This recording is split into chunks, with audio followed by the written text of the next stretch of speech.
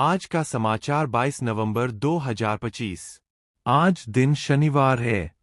Bihar cabinet विस्तार, BJP का दबदबा, जेडीयू पीछे। बिहार के मुख्यमंत्री नीतीश कुमार की नई एनडीए सरकार में कैबिनेट विस्तार हो गया है। कुल 26 मंत्रियों वाला यह मंत्रिमंडल शपथ लेने के महज 30 घंटों के अंदर विभागों का बंटवारा कर लिया गया। इसमें बीजेपी ने न सिर्फ संख्या में बढ़त हासिल की है, बल्कि बड़े बड़े मंत्रालयों पर भी कब्जा जमा लिया है। जेडीयू को मुश्किल से कुछ महत्वपूर्ण विभाग मिले हैं, जो गठबंधन में बीजेपी के बड़े भाई वाले रुतबे को साफ दिखा रहा है। संख्या का खेल, बीजेपी भारी, जेडीयू हल्की। बीजेपी 14 मंत्री, गठबंधन की सबसे बड़ी हिस्सेदारी। जेडीयू सिर्फ 8 मंत्री। अन्य एलजेपी आर को 2 को हम को 1 और आरएलएम को 1 मंत्री। यह बंटवारा बताता है कि एनडीए में बीजेपी का वजन कितना बढ़ गया है। बड़े मंत्रालयों पर बीजेपी का कब्जा। बिहार कैबिनेट विस्तार, बीजेपी का दबदबा, जेडीयू पीछे। बिहार के मुख्यमंत्री नीतीश कुमार की नई एनडीए सरकार में कैबिनेट विस्तार हो गया है। कुल 26 मंत्रियों वाला यह मंत्रिमंडल शपथ लेने के महज 30 घंटों के अंदर विभागों का बंटवारा कर लिया गया। इसमें बीजेपी ने न सिर्फ संख्या में बढ़त हासिल की है, बल्कि बड़े बड़े मंत्रालयों पर भी कब्जा जमा लिया है। जेडीयू को मुश्किल से कुछ महत्वपूर्ण विभाग मिले हैं, जो गठबंधन में बीजेपी के बड़े भाई वाले रुतबे को साफ दिखा रहा है। मुख्यमंत्री नीतीश कुमार, जेडीयू। सामान्य प्रशासन, मंत्रिमंडल, सचिवालय, निगरानी, निर्वाचन। उपमुख्यमंत्री सम्राट चौधरी, बीजेपी, गृह विभाग, पुलिस, कानून व्यवस्था। उपमुख्यमंत्री विजय कुमार सिन्हा, बीजेपी, राजस्व एवं भूमि सुधार, खान एवं भूविज्ञान। वित्त मंत्री विजेंद्र प्रसाद यादव, जेडीयू, बजट और आर्थिक मामलों पर नियंत्रण। कृषि मंत्री रामकृत पांडेय, बीजेपी, किसान कल्याण और कृषि विकास। ऊर्जा मंत्री जेडीयू, ऊर्जा विभाग, नियोजन एवं विकास मंत्री, जेडीयू, विकास योजनाएं। जेडीयू। शराबबंदी से जुड़े मुद्दे, वाणिज्यिक कर एवं आबकारी मंत्री, जेडीयू। सहकारिता मंत्री, बीजेपी पास है। मणिपुर में आरएसएस प्रमुख का दौरा, मोहन भागवत की पहल और शांति की अपील। मणिपुर में 2023 जारी जातीय हिंसा, मुख्य रूप से मेतेई और कुकीजो समुदायों के बीच के बाद राष्ट्रीय स्वयंसेवक संघ आरएसएस के सरसंघचालक मोहन भागवत का यह दौरा एक महत्वपूर्ण कदम माना जा रहा है। यह उनका 2 साल बाद 2022 के बाद पहला दौरा है, जो राज्य में शांति और सामाजिक सद्भाव की दिशा में प्रयासों को मजबूत करने का संकेत देता है। केंद्रीय स्वास्थ्य मंत्री और बीजेपी अध्यक्ष जेपी नड्डा भी 21 नवंबर को इम्फाल पहुंचे, जहां उन्होंने भागवत से मुलाकात की। दौरा का शेड्यूल और उद्देश्य। तारीखें 20 से 22 नवंबर 2025, 3 दिवसीय दौरा।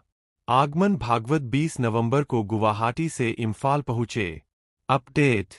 पश्चिम बंगाल में तृणमूल कांग्रेस टीएमसी के विशेष गहन पुनरीक्षण, स्पेशल इंटेंसिफाइड रिवीजन स के खिलाफ विरोध और मुख्यमंत्री ममता बनर्जी की 25 नवंबर को बनगाम में प्रस्तावित रैली से संबंधित लग रही है।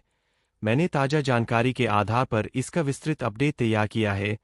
मतदाता सूची की विशेष समीक्षा प्रक्रिया है, जो चुनाव आयोग द्वारा 12 राज्यों में चल रही है, लेकिन टीएमसी इसे साइलेंट इनविजिबल रिगिंग, शांत अदृश्य धांधली बताकर विरोध कर रही है। आइए प्रमुख बिंदुओं पर नजर डालें। प्रक्रिया क्या है और क्यों विवादास्पद? इलेक्शन कमीशन ऑफ इंडिया की पहल पर मतदाता सूची को अपडेट करने का एक नियमित अभियान है, जिसमें बूथ लेवल ऑफिसर बीएलओ घर घर जाकर फॉर्म वितरित करते हैं और नामों की सत्यापन करते हैं। पश्चिम बंगाल सहित 12 राज्यों में इसका दूसरा चरण चल रहा है। चुनाव आयोग की प्रोग्रेस रिपोर्ट के अनुसार 98% गणना फॉर्म ईएफ वितरित हो चुके हैं। टीएमसी का विरोध। टीएमसी का आरोप है कि यह प्रक्रिया अव्यवस्थित, खतरनाक और बिना तैयारी के है। ममता बनर्जी ने इसे केंद्र बीजेपी और चुनाव आयोग की साजिश बताया है, जो 2026 के विधानसभा चुनाव से पहले वोटरों के नाम काटने का बहाना बना सकती है। उन्होंने चेतावनी दी कि अगर नाम हटाए गए तो संविधान की शपथ लेकर सड़क पर उतरेंगे। ममता बनर्जी देंगे बीजेपी को मुंह तोड़ जवाब। सीजेआई बीआर गवई का विदाई बयान। भारत के 52वें मुख्य न्यायाधीश सीजेआई भूषण रामकृष्ण गवई के विदाई बयान। जस्टिस गवई ने अपनी धर्मनिरपेक्षता पर खुलकर बात की और न्यायपालिका के प्रति आभार जताया और वे 23 नवंबर 2025 रिटायर हो रहे हैं और 21 नवंबर शुक्रवार उनका आखिरी कार्यदिवस था।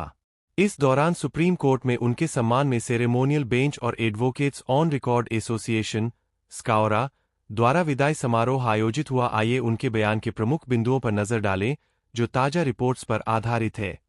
प्रमुख बयान: धर्मनिरपेक्षता और सभी धर्मों में विश्वास।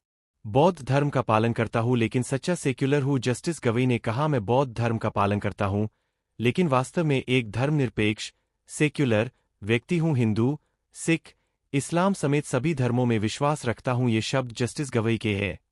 आज 22 नवंबर 2025 भारत में मौसम का मिजाज दोहरा दिख रहा है।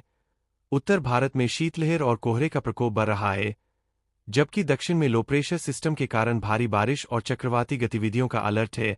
इसके अलावा हाल ही में भूकंप के झटके भी महसूस हुए हैं। भारतीय मौसम विभाग, आईएमडी और अन्य स्रोतों के आधार पर यह प्रमुख अपडेट्स है। उत्तर भारत, शीतलहर, कोहरा और ठंड की लहर। अब खेल समाचारों में आपका स्वागत है।